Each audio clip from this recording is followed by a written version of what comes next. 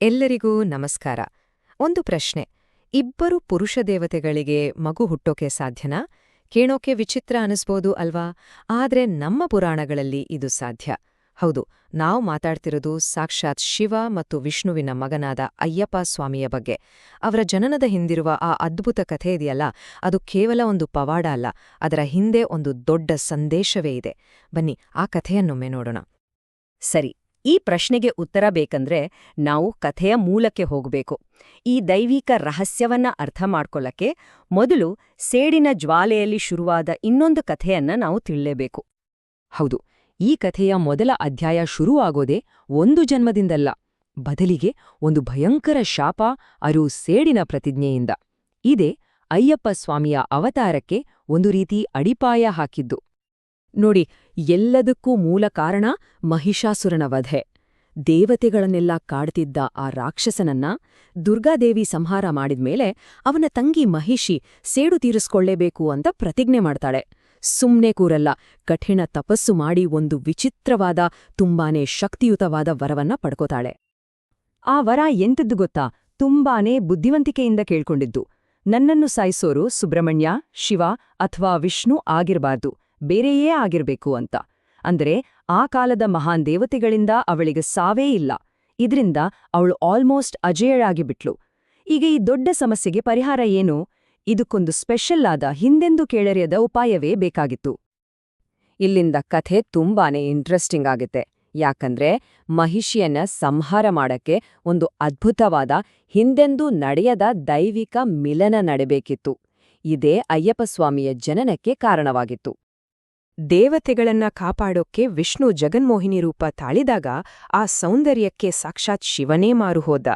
ಇದು ಕೇವಲ ಇಬ್ರ ಮಿಲನ ಆಗಿರ್ಲಿಲ್ಲ, ಇದು ಶೈವ ಮತ್ತೆ ವೈಷ್ಣವ ಶಕ್ತಿಗಳ ಒಂದು ಮಹಾಸಮಾಗಮ. ಈ ಇಬ್ರು ದೊಡ್ಡ ದೇವತೆಗಳ ಶಕ್ತಿಯಿಂದ ಒಂದು ದೈವಿಕ ಮಗು ಹುಟ್ಟಿತು, ಅದೂ ಒಂದು ನಿರ್ದಿಷ್ಟ ಉದ್ದೇಶವನ್ನ ಇಟ್ಕೊಂಡು. ಆ ದೈವಿಕ ಮಗುವಿನ ಹೆಸರೇ ಧರ್ಮಶಾಸ್ತ್ರ, ಅಂದ್ರೆ ಧರ್ಮವನ್ನ ರಕ್ಷಿಸುವವನು ಅಂತ. ಮುಂದೆ ಇದೇ ಮಗು ಮಣಿಕಂಠ ಅಂತ, ಆಮೇಲೆ ಇಡೀ ಜಗತ್ತೇ ಪೂಜಿಸುವ ಅಯ್ಯಪ್ಪ ಸ್ವಾಮಿ ಅಂತ ಪ್ರಸಿದ್ಧನಾದ. ಸರಿ, ಈಗ ಕಥೆ ದೇವಲೋಕದಿಂದ ಭೂಲೋಕಕ್ಕೆ ಬರುತ್ತೆ. ಆ ದೈವಿಕ ಮಗು ಇಲ್ಲಿ ರಾಜಕುಮಾರನಾಗಿ ಬೆಳೆಯುತ್ತಾನೆ. ಬನ್ನಿ, ಅಯ್ಯಪ್ಪನ ಬಾಲ್ಯ ಹೇಗಿತ್ತು, ಅವನನ್ನ ಯಾರು ಸಾಕಿದ್ರು ಅಂತ ನೋಡೋಣ. ಆಗ ಪಾಂಡಲಂ ರಾಜ್ಯವನ್ನ ರಾಜರಾಜಶೇಖರ ಆಳ್ತಿದ್ರು. ಅವರು ಒಂದು ದಿನ ಬೇಟೆಗೆ ಹೋದಾಗ ಪಂಪಾ ನದಿ ದಡದಲ್ಲಿ ಒಂದು ಮುದ್ದಾದ ಮಗು ಸಿಗುತ್ತೆ. ಆ ಮಗುವಿನ ಕುತ್ತಿಗೆಯಲ್ಲಿ ಒಂದು ದೈವಿಕ ಮಣಿಯಿರುತ್ತೆ. ಅದನ್ನೋಡಿಯೇ ರಾಜ ಆ ಮಗುವಿಗೆ ಮಣಿಕಂಠ ಅಂತ ಹೆಸರಿಡ್ತಾರೆ. ಅಷ್ಟೇ ಅಲ್ಲ, ತಮ್ಮ ಸ್ವಂತ ಮಗನಿಗಿಂತ ಹೆಚ್ಚಾಗಿ ಪ್ರೀತಿಯಿಂದ ಬೆಳೆಸ್ತಾರೆ. ಆದ್ರೆ ಮಣಿಕಂಠ ಮೊದಲಿಂದಲೂ ಸಾಮಾನ್ಯ ಮಗು ಹಾಗೆ ಇರ್ಲಿಲ್ಲ. ಅವನಲ್ಲಿರೋ ಧೈರ್ಯ, ಶೌರ್ಯ, ಜ್ಞಾನ, ಯೋಗಶಕ್ತಿ, ಅಬ್ಬಬ್ಬ, ಇದನ್ನೆಲ್ಲ ನೋಡಿದ್ರೆ ಈತ ಸಾಮಾನ್ಯ ಮನುಷ್ಯನಲ್ಲ, ಖಂಡಿತ ದೈವಾಂಶ ಸಂಭೂತ ಅನ್ನೋದು ಎಲ್ಲರಿಗೂ ಸ್ಪಷ್ಟವಾಗಿತ್ತು. ಈಗ ಕಥೆ ಒಂದು ಕ್ಲೈಮ್ಯಾಕ್ಸ್ಗೆ ಬರುತ್ತೆ. ನಮ್ಮ ಹೀರೋ ತನ್ನ ಹುಟ್ಟಿನ ಉದ್ದೇಶ ಏನು ಅನ್ನೋದನ್ನ ಎದುರಿಸುವ ಸಮಯ ಬಂದೇ ಬಿಡ್ತು. ಹೌದು, ಮಣಿಕಂಠನಾಗಿ ಬೆಳೆದ ಅಯ್ಯಪ್ಪ ತನ್ನ ಅವತಾರದ ಮುಖ್ಯ ಕಾರಣವನ್ನ ಪೂರೈಸಬೇಕಿತ್ತು. ನೋಡಿ, ಇದು ಬರೀ ಒಂದು ಯುದ್ಧ ಅಷ್ಟೇ ಆಗಿರ್ಲಿಲ್ಲ. ಇದು ಧರ್ಮ ಮತ್ತು ಅಧರ್ಮದ ನಡುವಿನ ದೊಡ್ಡ ಸಂಘರ್ಷ. ಒಂದು ಕಡೆ ಹುಟ್ಟಿದ ಉದ್ದೇಶವನ್ನ ಪೂರೈಸೋಕೆ ಬಂದ ಅಯ್ಯಪ್ಪ, ಇನ್ನೊಂದು ಕಡೆ ಸೇಡಿನ ಬೆಂಕಿಯಲ್ಲಿ ಕುದಿಯುತ್ತಿದ್ದ ಮಹಿಷಿ. ಆ ಇಬ್ಬರ ನಡುವೆ ನಡೆದಿತ್ತು ಒಂದು ಘೋರ ಯುದ್ಧ. ಕೊನೆಗೂ ಅಯ್ಯಪ್ಪ ತನ್ನ ದೈವಿಕ ಶಕ್ತಿಯಿಂದ ಮಹಿಷಿಯನ್ನ ಸಂಹಾರ ಮಾಡಿ ದೇವಲೋಕವನ್ನ, ಭೂಲೋಕವನ್ನ ಅವಳ ಕಾಟದಿಂದ ಪಾರು ಮಾಡಿದ. ಇದರೊಂದಿಗೆ ಅವನ ಅವತಾರದ ಮೊದಲ ಹಾಗೂ ಮುಖ್ಯ ಉದ್ದೇಶ ಪೂರ್ತಿಯಾಯಿತು. ಮಹಿಷಿ ಸಂಹಾರದ ನಂತರ ಅಯ್ಯಪ್ಪನ ಪಾತ್ರ ಬದಲಾಗುತ್ತೆ. ಒಬ್ಬ ಯೋಧನಿಂದ ಆತ ಒಬ್ಬ ಆಧ್ಯಾತ್ಮಿಕ ಗುರುವಿನ ಸ್ಥಾನಕ್ಕೆ ಏರುತ್ತಾನೆ. ಇದು ಅವನ ಕಥೆಯ ಇನ್ನೊಂದು ಅಷ್ಟೇ ಮುಖ್ಯವಾದ ಭಾಗ. ಯುದ್ಧ ಮುಗೀತು, ತನ್ನ ಕೆಲ್ಸ ಆಯ್ತು. ಆದ್ರೆ ಅಯ್ಯಪ್ಪ ಸುಮ್ನಾಗ್ಲಿಲ್ಲ.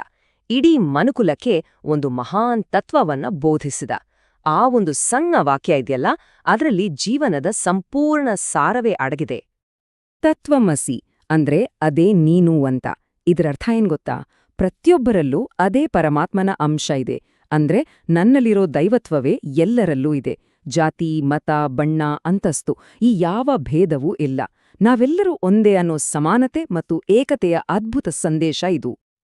ಹೀಗೆ ತನ್ನೆಲ್ಲ ಲೌಕಿಕ ಕರ್ತವ್ಯಗಳನ್ನ ಮುಗಿಸಿ ಅಯ್ಯಪ್ಪ ಒಂದು ನಿರ್ಧಾರಕ್ಕೆ ಬರ್ತಾನೆ. ಈ ಪ್ರಪಂಚದಿಂದ ದೂರ ಸರಿದು ಶಬರಿಮಲೆ ಅನ್ನೋ ಪವಿತ್ರ ಬೆಟ್ಟದಲ್ಲಿ ಶಾಶ್ವತವಾಗಿ ಯೋಗ ಧ್ಯಾನದಲ್ಲಿ ಕೂರ್ಬೇಕು ಅಂತ.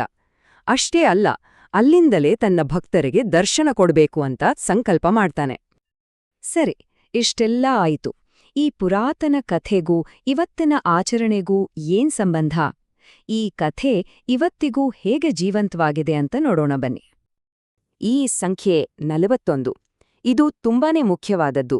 ಇದು ಬರೀ ಒಂದು ನಂಬರ್ ಅಲ್ಲ, ಇದು ಶಿಸ್ತು, ಸಮರ್ಪಣೆ ಮತ್ತೆ ಆತ್ಮಶುದ್ಧಿಯ ಒಂದು ದೊಡ್ಡ ಪ್ರಯಾಣದ ಸಂಕೇತ.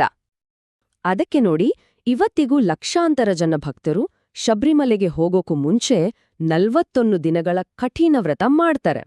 ಈ ವ್ರತದಲ್ಲಿ ಮನ್ಸು, ದೇಹ ಎರಡನ್ನೂ ಶುದ್ಧಿ ಮಾಡ್ಕೊಂಡು ಅಯ್ಯಪ್ಪ ಹೇಳಿದ ಆ ತತ್ವಮಸಿಯ ಸಮಾನತೆಯ ತತ್ವವನ್ನ ಪಾಲಿಸ್ತಾರೆ. ಈ ಭಕ್ತಿಯ ಆಚರಣೆಯಿಂದಲೇ ಆ ಮಹಾನ್ ಕಥೆ ಇವತ್ತಿಗೂ ಜೀವಂತವಾಗಿರೋದು.